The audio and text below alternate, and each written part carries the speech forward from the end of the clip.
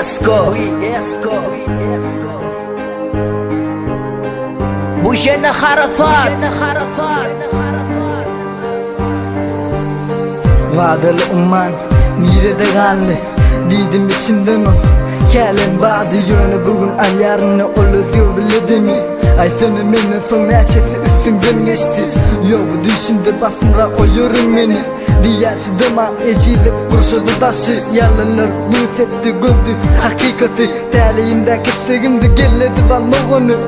Vah yadıdım durmuştun ağladım Üflenen köz sevgimizi geçmişi tazattın Beni ağladın duygularım oynadın Arzularımı kerep yali Buca çıkardın Yoğunu gepecek gel ömrü terden tepecek gel Sana baklı ol diyen başka da diyecek gel Yok edip bilin sevgimizi uğrup geçmişi Mene medel sinyali yaparım seni geleceğin O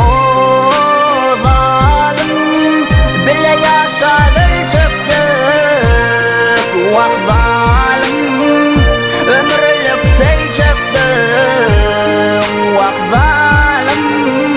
bağıtlı bol çıktı Vah zalim kadırsız zalim Vah zalim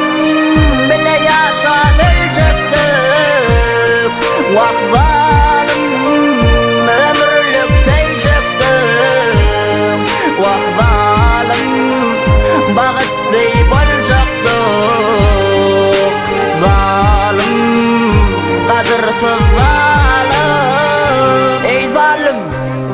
hanımana diyedin ha bir vakit sen canım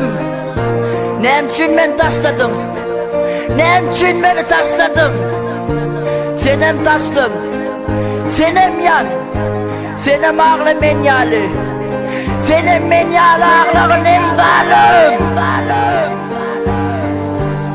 Geçmişi yatlap yeni otladım çilim Hiç açan taşlayacak deliydin emini gülüm İnnem önümden çıkma görmesin seni gözüm Sebepsiz gittim kadırsız günahkar özüm Sen bilin kime geçen fırsadım yadımdı Hemme kişin yarı var yönü yok sen yanımda Yanımda bolcuk deyiptim en ağır halımda Ne için gelmedim seni başta çağrımdı İnne nemetsin et asla takmayan beni Sen giden günün var az oradan al yadım demi Düşünyen mi binamız yürekle söyledim seni Yanan yürek minek inni söymez hiç kimi Günüm geçen okuvi her günüm kakarlı Söyledin ha sen beni gurle neme yalan mı Böyle de yalancı olma unutma Allah'ını seyret ne günlere sallık seni söylet be kanı O zalim bile yaşadır çıktı